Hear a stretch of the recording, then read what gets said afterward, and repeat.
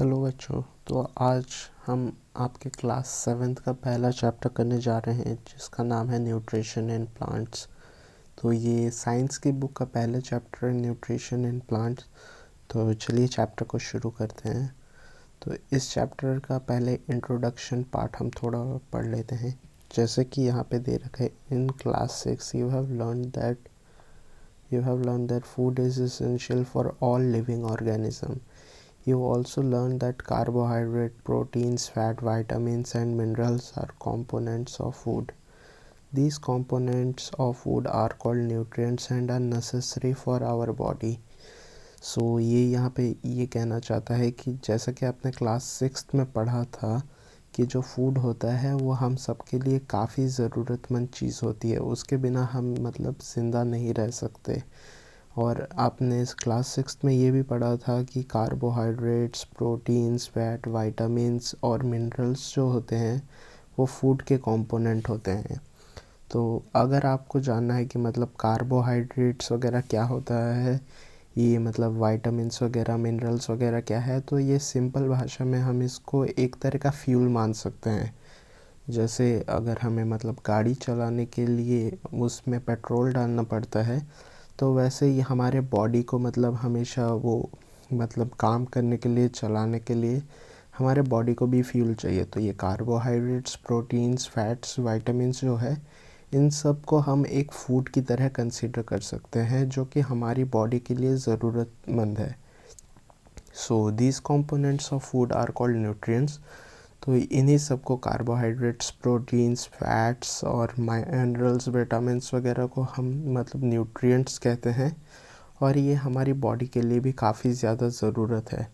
सो nutrients को अगर simple भाषा में बताना हो तो ये हम इसको ऐसा कह सकते हैं, न्यूट्रिएंट्स वो है जो हमारी बॉडी को चाहिए जिससे हम ग्रो कर सकें और जिससे हम हमारी बॉडी हेल्दी रह सके और हमारे पास बहुत सारी एनर्जी आ सके। सो आगे देखते हैं, आगे वाले पैरा में ये दे रखा है कि all living organism require food.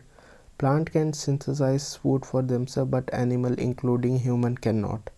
सो इसका सिंपल सा ये है कि जितना भी लिविंग ऑर्गेनिज्म है सबको फूड की ज़रूरत होती है।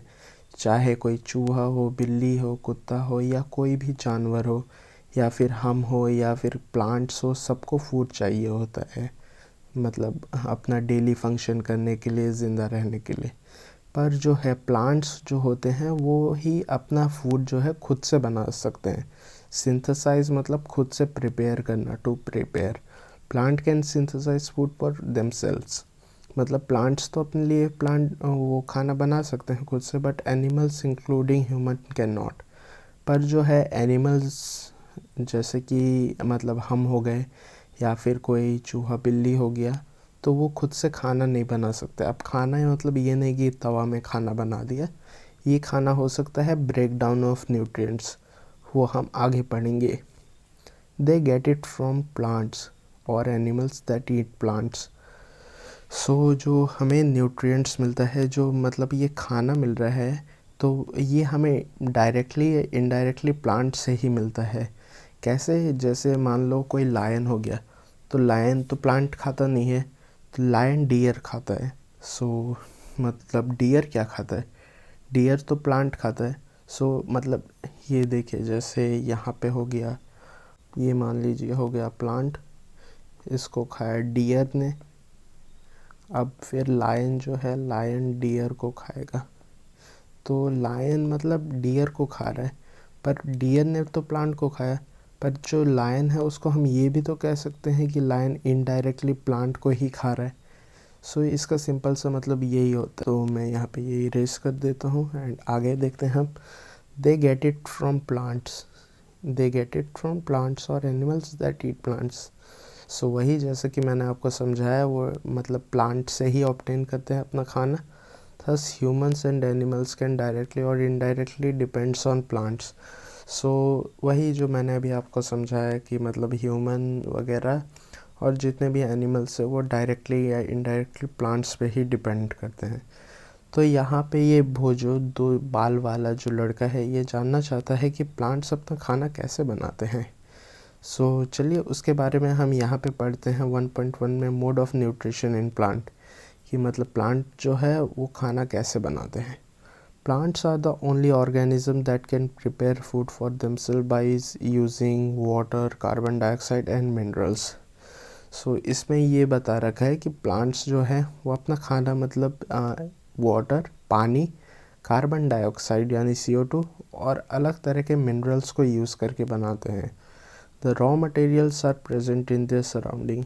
सो जो रॉ मटेरियल्स होते हैं, जो खाना बनाने के लिए उनको सामान चाहिए होता है, वो उनके सराउंडिंग्स में पहले से ही मौजूद होता है। जैसे कहीं पे प्लांट्स लगाए तो वहाँ तो वाटर हो गई, और जो कार्बन डाइऑक्साइड है वो एयर में मिलता ही है। उसके बाद मिनरल्स जो है, मिनरल्स हमें सॉइल से मिल जाता है। सो प्लांट्स के पास वो सब चीज़ें हैं जो मतलब प्लांट को खाना बनाने के लिए चाहिए होता है। The nutrients enable living organisms to build their bodies, to grow, to repair damaged part of their bodies and provide the energy to carry out life processes. सो जो न्यूट्रिएंट्स होते हैं वो मतलब लिविंग ऑर्गेनिज्म को इनेबल करते हैं कि ताकि वो अपनी बॉडी बना सके, वो ग्रो कर सके, और मतलब कोई चोट लग जाती है बॉडी पार्ट में तो उससे मतलब वो रीजनरेट कर सके, और फिर मतलब एनर्जी भी प्रोवाइड करते हैं डेली प्रोसेसेस कैरी आउट करने के लिए। Nutritious is the same taking food by an organism and its utilization by the body. So इसको अगर मेरे को सिंपल टर्म्स में बताना हो तो मैं ये कह सकता हूँ कि न्यूट्रिशन वो होता है जो हम खाते हैं, and utilization by the body, और हमारी बॉडी उस फूड को कैसे यूटिलाइज करती है। The mode of nutrition in which organism makes food themself from simple substances is called autotrophic. तो इसमें बता रखा है कि मोड ऑफ न्यूट्रिशन मतलब जो ऑर्गेनिज्म है वो अपना खाना खुद से बनाते हैं, ही फ्रॉम सिंपल सब्सटेंस, मतलब उनके आसपास जो भी चीज़ें रखी है उन सबको यूज़ करके अगर वो अपना खाना खुद से बना रहे हैं तो उनको ऑटोट्रॉफिक कहा जाता है। ऑटोट्रॉफिक में ऑटो और ट्रॉफोस, ये मतलब दो वर्ड से बना है, एक ऑटो एक ट्रॉफोस। ऑटो का मतलब होता है सेल्फ, ट्रॉफोस का मतलब होता है नरिशमेंट। सो ये जो मतलब ऑर्गेनिज्म होते हैं जो खुद से अपना ऑटो मतलब खाना बनाते हैं खुद से अपने आसपास की चीज़ों को लेके, उन्हें हम ऑटोट्रॉफिक न्यूट्रिशन कहते हैं। Therefore plants are called autotrophs. तो हमने अभी पढ़ा था कि जो प्लांट्स है वो अपना खाना खुद से बनाते हैं तो उन्हें हम ऑटोट्रॉफ्स कहते हैं। Animals and most of the organism take in food prepared by plants. और जो बाकी सारे एनिमल्स होते हैं वो प्लांट्स के बनाए हुए खाने को ही खाते हैं। They are called heterotrophs. तो फिर जो हम हो गए, हम हेटेरोट्रॉप्स में काउंट होते हैं क्योंकि हम जो है वो अपना खाना खुद से नहीं बना रहे हैं, हम मतलब प्लांट्स का खा रहे हैं। सो यहाँ पे हेटेरोस का मतलब होता है अदर, मतलब कोई और है जो आपकी चीज़ को यूज़ कर रहा है। जो प्लांट है वो ऑटो है, उसने खुद से बनाया, और हम हैं हेटेरोट्रॉप्स, हम प्लांट का खा रहे हैं तो हम मतलब हेटेरोट्रॉप्स में आ रहे हैं, मतलब अदर में आ रहे हैं क्योंकि हमने उसका खाया है मतलब प्लांट्स का खाया है। सो यहाँ पे पहली जो है wants to know why our body cannot make food from carbon dioxide, water and mineral like plant do। सो यहाँ पे पहली ये जानना चाहते हैं कि हमारी बॉडी भी मतलब कार्बन डाइऑक्साइड, वाटर और मिनरल से खाना क्यों नहीं बना लेती जैसे कि प्लांट्स बनाते हैं। Now we may ask where the food factories of plants are located, whether food is made in all parts of plant or only in certain, how do plants obtain a raw material from the surrounding, how do they transport from the food factories of plants। सो यहाँ पे ये कुछ questions है जिसका answers हम आने वाले मतलब आगे जितने भी पढ़ेंगे पैराग्राफ्स उस सब में ये आगे वाले जितने भी टर्म्स आएंगे हम उन सबको एड्रेस करेंगे। सो स्टार्ट करते हैं हम 1.2 photosynthesis food making processes in plant. So photosynthesis ये एक प्रोसेस होता है जो कि खाना बनाने के काम आता है प्लांट्स में।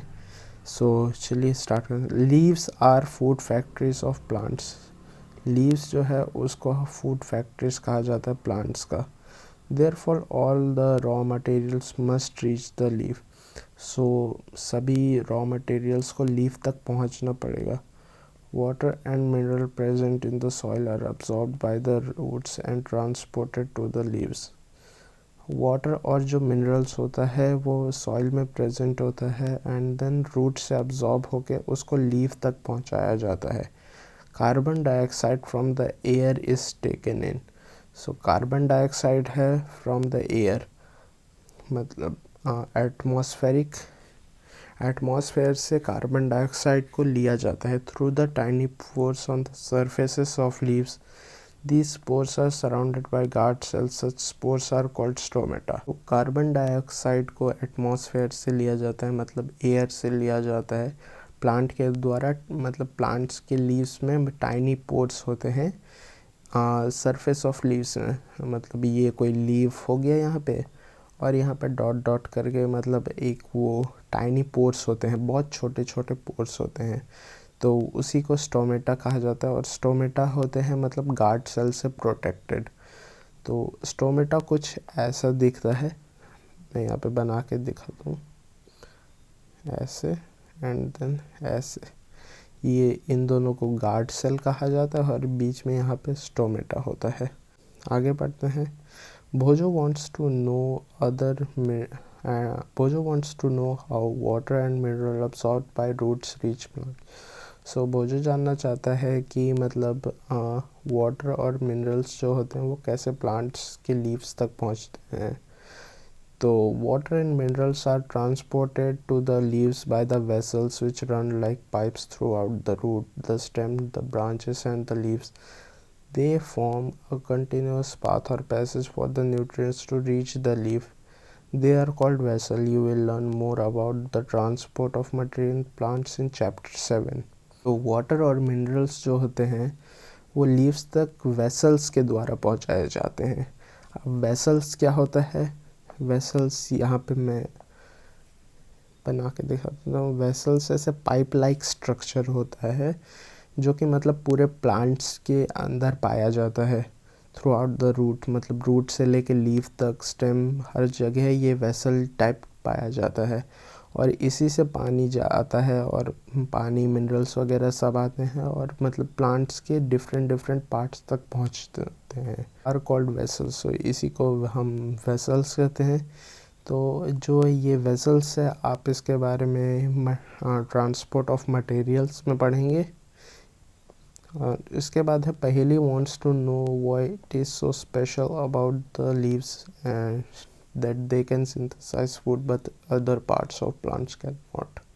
सो पहेली जो है ये जानना चाहती कि सिर्फ मतलब कि लीव्स में ही मतलब क्यों होता है ये सिंथेसिस ऑफ फूड पर अदर पार्ट्स ऑफ प्लांट्स में क्यों नहीं होता. सो इसका आंसर काफ़ी सिंपल है. लीव्स में इसलिए होता है क्योंकि ये जैसे हमने ऊपर पढ़ा था लीव्स में स्टोमेटा प्रेजेंट होता है और स्टोमेटा से ही कार्बन डाइऑक्साइड मतलब प्लांट्स अंदर लेती है. पर जो अदर पार्ट्स ऑफ प्लांट्स होता है उसमें स्टोमेटा प्रेजेंट नहीं होता.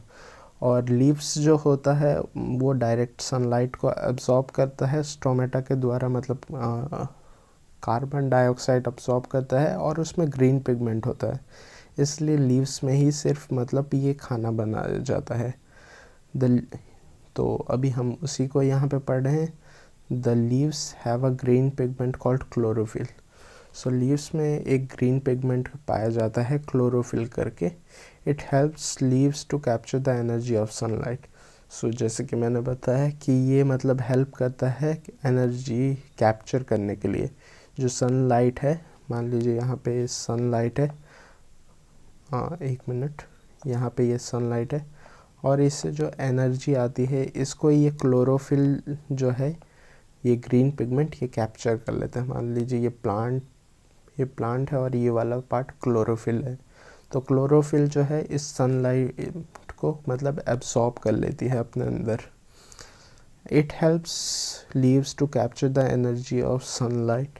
This energy is used to synthesize food from carbon dioxide and water. So ये जो एनर्जी इसने एब्जॉर्ब की, मतलब जो क्लोरोफिल ने एनर्जी एब्जॉर्ब की सनलाइट से, सो इसी को यूज़ किया जाता है खाना बनाने के लिए आगे प्लांट्स के द्वारा.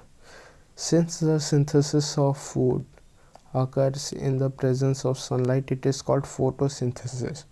सो जो प्लांट्स है वो अपना खाना दिन में ही बनाते हैं, क्योंकि दिन में इसलिए बनाते हैं क्योंकि उसको सनलाइट की भी ज़रूरत होती है। तो इस प्रोसेस को फोटोसिंथेसिस कहा जाता है। फोटो मतलब कि सन से जो लाइट आता है उसी को हम फोटो कहते हैं। जैसा कि आप यहाँ देख सकते हैं, फोटो मतलब लाइट, सिंथेसिस मतलब टू कंबाइन, मतलब लाइट से मिलकर जो चीज़ हम कंबाइन करके बनाएंगे खाना, उसी को हम फोटोसिंथेसिस कहते हैं। So we can find that chlorophyll, sunlight, carbon dioxide and water are necessary to carry out the process of photosynthesis. So जो सनलाइट है, कार्बन डाइऑक्साइड है, वाटर है और भी अदर मिनरल्स, उन सब की ज़रूरत हमें पड़ती है फोटोसिंथेसिस को मतलब चलाने के लिए, मतलब प्लांट्स के खाना बनाने के लिए। It is a unique process on the earth. ये जो है मतलब काफ़ी यूनिक प्रोसेस होता है अर्थ में, मतलब काफ़ी रेयर है, और ये मतलब काफ़ी एक्साइटिंग है जानने के लिए कि प्लांट्स के पास ऐसे पार्ट्स होते हैं जो मतलब खुद से ऐसे खाना बना सकते हैं। क्लोरोफिल कैसे मतलब सनलाइट को कैप्चर करते हैं। The solar energy is captured by the leaves and stored in plant in form of food. तो जो सोलर एनर्जी है जो कैप्चर की गई है लीव्स के द्वारा, वो प्लांट्स में स्टोर रहती है फूड के फॉर्म में। Thus sun is the ultimate source for all living organism।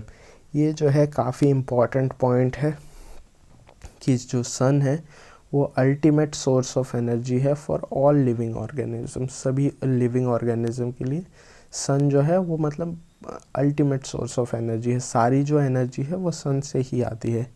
Can you imagine life on earth in the absence of photosynthesis. तो क्या तुम ये इमेजिन कर सकते हो कि लाइफ ऑन अर्थ कैसी होगी बिना फोटोसिंथेसिस के द्वारा। सो ये जो है ये पॉसिबल ही नहीं है, क्योंकि सभी को खाना चाहिए होता है, और जो खाना है वो फोटोसिंथेसिस से ही बनता है। अगर फोटोसिंथेसिस नहीं होगा तो प्लांट्स भी अपना खाना नहीं बना पाएंगे, और अगर प्लांट्स खाना नहीं पाएंगे तो डियर उसको नहीं खा पाएगा, डियर उसको नहीं खा पाएगा तो लायन भी नहीं खा पाएगा। सो ऐसे करके सभी लोग मर जाएंगे। In the absence of photosynthesis there would not be any food. So जैसा मैंने कहा कि यहाँ पे आप देख सकते हैं एब्सेंस ऑफ फोटोसिंथेसिस के चलते मतलब कोई भी फूड नहीं होगा। The survival of almost all living organism directly और indirectly depend upon the food made by the plants. So वही सेम चीज़ जो मैंने अभी अभी आपको बताया। Besides oxygen which is essential for the survival of all organism is produced during photosynthesis। So oxygen जो है वो भी फोटोसिंथेसिस के टाइम पे ही प्रोड्यूस होती है।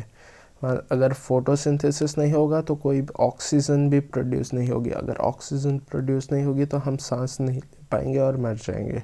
इन the absence of photosynthesis life would be impossible on earth. So बिना photosynthesis के life would be impossible on earth.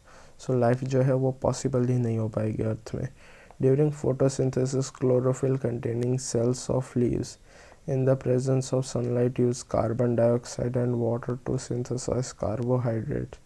The process can be replaced in an equation carbon dioxide plus water in the presence of sunlight and chlorophyll gives carbohydrate plus oxygen। So जो photosynthesis है chlorophyll containing cells of leaves, तो जो photosynthesis है इसके process के बारे में यहाँ पे हमें पढ़ाया गया है कि मतलब जो फोटोसिंथेसिस है सनलाइट के प्रेजेंस में कार्बन डाइऑक्साइड और वाटर को यूज़ करती है टू सिंथेसाइज मतलब बनाना।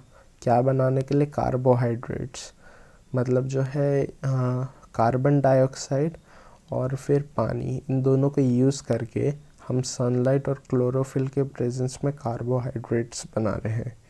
The process can be replaced in the equation. और ये जो इक्वेशन यहाँ पे दी गई है, इस इक्वेशन को ही मतलब फोटोसिंथेटिक इक्वेशन कह सकते हो आप।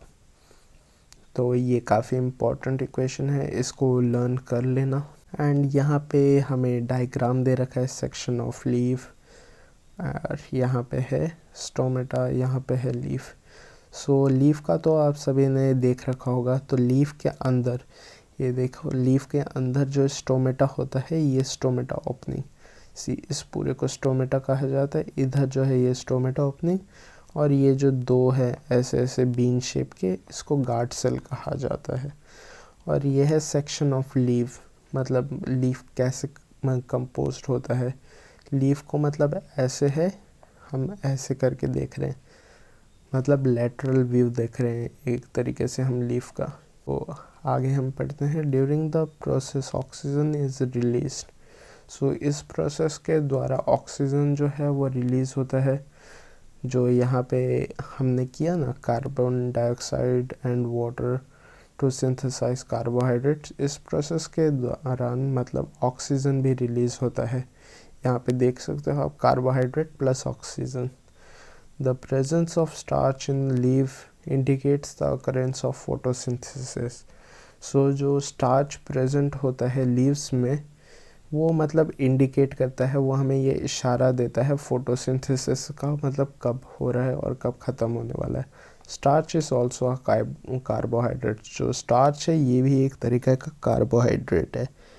यहाँ पे हमें एक एक्टिविटी दे रखी, take 2 potted plants on the same kind, keep on the dark or in a black box for 72 hours or other in sunlight। तो जो ये एक्टिविटी है इसमें ये मेंशन किया है कि आपको दो मतलब ऐसे प्लांट्स लेने हैं, और एक को आपको मतलब हर टाइम अंधेरे में रखना है, और एक को आपको मतलब सनलाइट में। अंधेरे में आप उसको बॉक्स में छुपा के भी रख सकते हो, और जो दूसरा है उसको आप सिंपल मतलब सनलाइट में रख देना। सो जो बॉक्स वाला है, इन दोनों को आप 72 आवर्स तक रख के देखना, and perform iodine test with the leaves of both as you did in class 6। सो जो क्लास 6 में आपने आयोडीन टेस्ट किया था उसको फिर से दोहराना है। Record your result now, leave the pot which was earlier kept in the dark for the 3-4 days and perform iodine test again on its leaves। So iodine test आपको फिर से करना है 3-4 दिन बाद, सनलाइट में रखने के, सनलाइट में रख कर।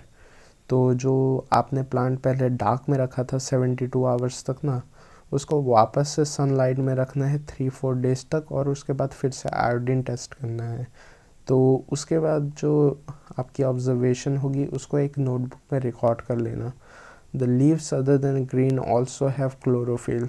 सो जो ग्रीन लीव्स है उनके पास क्लोरोफिल होगा, मतलब ग्रीन लीव्स के पास तो होता ही है। अदर देन ग्रीन मतलब जो ब्राउन या रेड लीव्स होगी उसमें भी क्लोरोफिल पाई जाती है।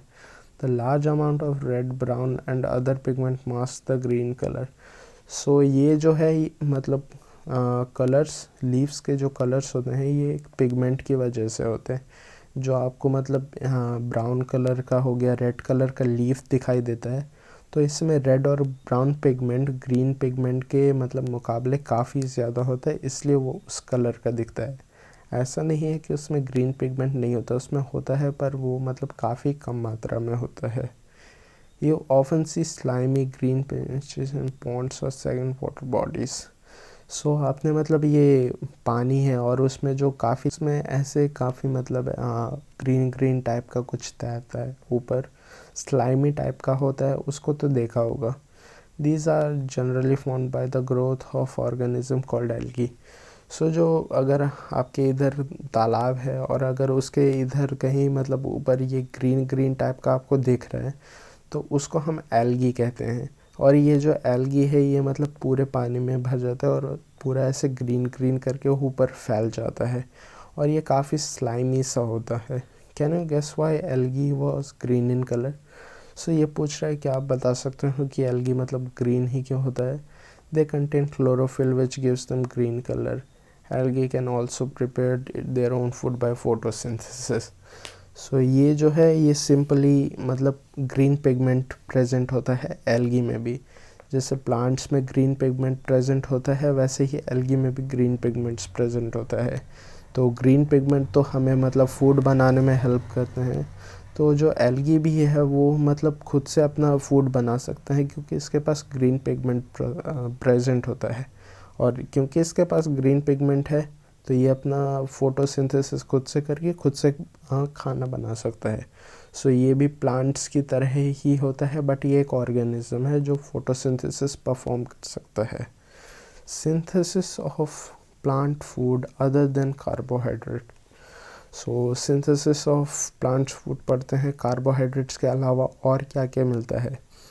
You have just learn that plant synthesise carbohydrate through the process of photosynthesis. So जैसा कि हमने पढ़ा कि मतलब कार्बोहाइड्रेट्स है वो प्रोड्यूस होता है एज अ प्रोडक्ट फोटोसिंथेसिस के द्वारा. The carbohydrates are made of carbon, hydrogen and oxygen. So carbohydrates जो होता है, जैसे कि इसके नाम से पता लगता है, कार्बो मतलब कार्बन, हाइड मतलब हाइड्रोजन, और हाइड्रेट्स कार्बोहाइड्रेट्स, इन तीनों को मिला के मतलब ये तीन मिलते हैं, कार्बन, हाइड्रोजन और oxygen. They are used to synthesise other component of food such as proteins and fats. So इन्हीं सब को यूज़ करके अदर प्रोटीन मतलब जो कंपोनेंट ऑफ फूड होता है जैसे प्रोटीन और फैट्स, ये सब भी इन्हीं सब तीनों चीज़ों से ही बना होता है मिलकर. But proteins are nitrogenous substance. जो प्रोटीन होता है वो नाइट्रोजनस सब्सटेंस होता है, यानी उसमें नाइट्रोजन भी होता है, which contain nitrogen. From where do plants obtain nitrogen. So question ये होता है कि मतलब प्लांट्स के पास नाइट्रोजन कहाँ से आया. Recall that nitrogen is present in abundance in gaseous form in the air. तो याद कीजिए कि मतलब जो एयर होता है उसमें 70% नाइट्रोजन प्रेजेंट होता है. However, plants cannot absorb nitrogen in this form. पर जो प्लांट्स है इस फॉर्म में मतलब नाइट्रोजन को एब्जॉर्ब नहीं कर सकते डायरेक्टली. वो एयर से नाइट्रोजन एब्जॉर्ब नहीं कर सकते. कौन? Plants. So soil has certain bacteria that convert gaseous nitrogen into a usable form and release it to the soil. So soil में एक मतलब काफ़ी यूजफुल बैक्टीरिया होता है जो ऊपर 70% नाइट्रोजन है जो कि मतलब एयर में है, उसको कन्वर्ट करके यूजेबल फॉर्म में ला देता है और release it into the soil, और सॉइल में उस नाइट्रोजन को रिलीज़ कर देता है ताकि जो प्लांट्स है वो काफ़ी इजीली उसको एब्जॉर्ब कर सके. सो यहाँ पे वही चीज़ लिखी, these are absorb by the plants. जो यहाँ पे नाइट्रोजन ला दिया है उस बैक्टीरिया ने, उसको वो एब्जॉर्ब कर दे अलॉन्ग विथ वाटर, पानी के साथ. Also you might have seen farmer adding fertilisers rich in nitrogen. So आपने फार्मर्स को भी देखा होगा कि कैसे वो फर्टिलाइज़र्स जो नाइट्रोजन में काफ़ी अच्छे होते हैं उसको सॉइल में मतलब यूज़ करते हैं, सॉइल में देते हैं. In this way plant fulfil their requirement of nitrogen along with the other constituent. So जो फर्टिलाइज़र्स के ऐड से मतलब प्लांट है वो अपना वो न्यूट्रिएंट्स का नीड जो है वो फुलफ़िल कर लेते हैं और उसके बाद वो अपना इजीली खाना बना लेते हैं. Plant can then synthesize protein and vitamins. अब जो है प्लांट्स कैन मतलब आसानी से प्रोटीन्स और वाइटामिन्स बना सकता है. Other modes of nutrition in plants. So दूसरे मोड्स ऑफ न्यूट्रिशन के बारे में पढ़ते हैं प्लांट्स में. There are some plants which do not have chlorophyll. So कुछ ऐसे भी प्लांट्स होते हैं जिसके पास क्लोरोफिल ही नहीं होता. They can not synthesise food. So वो जो है वो अपना खाना खुद से नहीं बना सकते. तो वो प्लांट्स है वो हेटेरोट्रॉपिक मोड ऑफ न्यूट्रिशन को यूज़ करते हैं. Do you see a yellow very structure twining around the stem of a tree? This is called cascutta. तो फिगर 1.5 यानी अगले पेज में ये देख रहे हैं, यहाँ से जो ये येलो आपको स्ट्रक्चर दिख रहा है इसको कैस्कुटा कहा जाता है. कैस्कुटा. सो कैस्कुटा जो है वो भी एक प्लांट ही है. तो twining around the stem and branches of a tree. So जो कैस्कुटा है वो भी एक तरीका का प्लांट ही है और यहाँ पे एक ट्री था उसके ऊपर कैस्कुटा आ गया है. सो जो कैस्कुटा है इसके बारे में लिखा हुआ है, it does not have chlorophyll. जो कैस्कुटा है उसके पास मतलब क्लोरोफिल नहीं होता है. It take readymade food from the plant. So जिस ट्री के ऊपर अभी देखा था आप मतलब जिसके ऊपर ये कैस्कुटा चढ़ा हुआ था उससे ये जो फूड होता है वो एब्सॉर्ब कर लेता है. The plant on which it climbs is called the host. So जिस पेड़ के ऊपर या प्लांट के ऊपर ये कैस्कुटा बैठा रहता है उसको होस्ट कहते हैं, since it deprives the host of valuable nutrients, क्योंकि ये जो है ये इससे मतलब जितना भी वैल्यूएबल न्यूट्रिएंट्स जो खाना ये पेड़ बना रहा है वो सब ये येलो पार्ट है ये खुद के लिए ले लेता है, खुद के लिए रख लेता है। Cuscuta is also called a parasite. Cuscuta को मतलब पैरासाइट भी कहा जाता है। क्यों कहा जाता है? क्योंकि ये दूसरों का खाना चुरा रहा है। Are we and the other animal also kind of parasite? So question ये आता है क्या हम और जो बाकी दूसरे एनिमल्स है उसको भी पैरासाइट्स कहा जाएगा? क्योंकि हम भी तो वही सेम चीज़ कर रहे हैं। You should think about it and discuss with your teacher. ये आपको आपके टीचर से डिस्कस करना पड़ेगा। Haley wants to know whether mosquito, bedbugs, leeches and stuck or blood are also parasites. सो जो पहेली है ये जानना चाहती है क्या जो बेडबग्स होते हैं, लीच होते हैं, लीचेस होते हैं जो मतलब हमारे ब्लड को सक करते हैं, क्या वो भी पैरासाइट है? सो सिंपली इसका आंसर है यस, वो भी एक तरीके के पैरासाइट ही हैं। Have you seen or heard of a plant that can eat animal? So क्या आपने मतलब इस तरीके के प्लांट के बारे में सुना है जो कि मतलब एनिमल्स को खा सकते हैं? There are few plants which can trap insect and digest them. Is not amazing? So कुछ ऐसे प्लांट्स भी है जो मतलब इंसेक्ट होता है उसको ट्रैप करके उसको मतलब खा सकते हैं, डाइजेस्ट कर सकते हैं। तो ये काफ़ी मतलब अमेजिंग बात है। सच प्लांट मे बी ग्रीन और सम अदर कलर। सो ये मतलब ग्रीन भी हो सकती है और कोई और कलर की भी हो सकती है। Look at the plant in figure 1.6। सो जो ये 1.6 में आपको प्लांट दिख रहा है इसको देखिए, ये पिक्चर प्लांट है showing their lid and pitcher. So ये जो है ये आपका लीड दिख रहा है, जैसे ही मतलब कोई फ्लाई आके इसमें बैठती है ये लीड अपने आप क्लोज होता है और उसको खा जाता है। Leaf modified into pitcher. So ये जो पार्ट है इसको पिक्चर कहा जाता है। यहाँ से मतलब एंजाइम सिक्रीट करता है जो मतलब उसको हेल्प करता है फूड डाइजेस्ट करने में। The pitcher like or jug like structure is modified part of leaf. So ये जो जग लाइक स्ट्रक्चर है ये मॉडिफाइड पार्ट ऑफ लीफ है। सो लीफ ऐसे मॉडिफाइड होके बन गया है। The apex of the leaf forms a lid which can open and close on the mouth inside the pitcher. There are hair which are indirected downwards. When an insect lands on the pitcher, the lid closes and trapped inside gets entangled into the hair. Closes and the insect is trapped. The insect is digested by the digestive juices secreted in the pitcher and its nutrients are absorbed. Such insect eating plants are called insectivorous plants. वो जो इन type के plants होते हैं जो insect को खाते हैं इनको इंसेक्टिवोरस प्लांट्स भी कहा जाता है। और इसके बारे में कुछ डिटेल्स दे रखी हैं। जो ये होता है इसको लिड्स कहते हैं। जैसे और यहाँ पे जो होता है यहाँ पे हेयर लाइक स्ट्रक्चर प्रेजेंट होता है, मतलब ये डाउनवर्ड डायरेक्शन में जाता रहता है ताकि एक बार यहाँ पे इंसेक्ट बैठ जाए तो वो मतलब डाउनवर्ड डायरेक्शन में ले जाने में हेल्प करेगा उसको।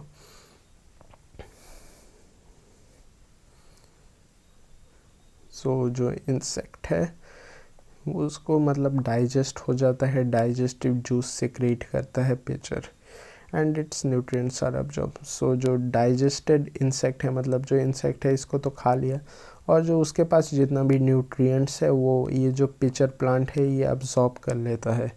Is it possible that such plant do not get all required nutrients from the soil in which they grow?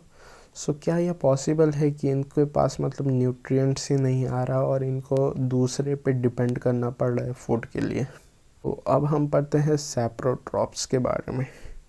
You might have seen packets of mushrooms sold vegetable market.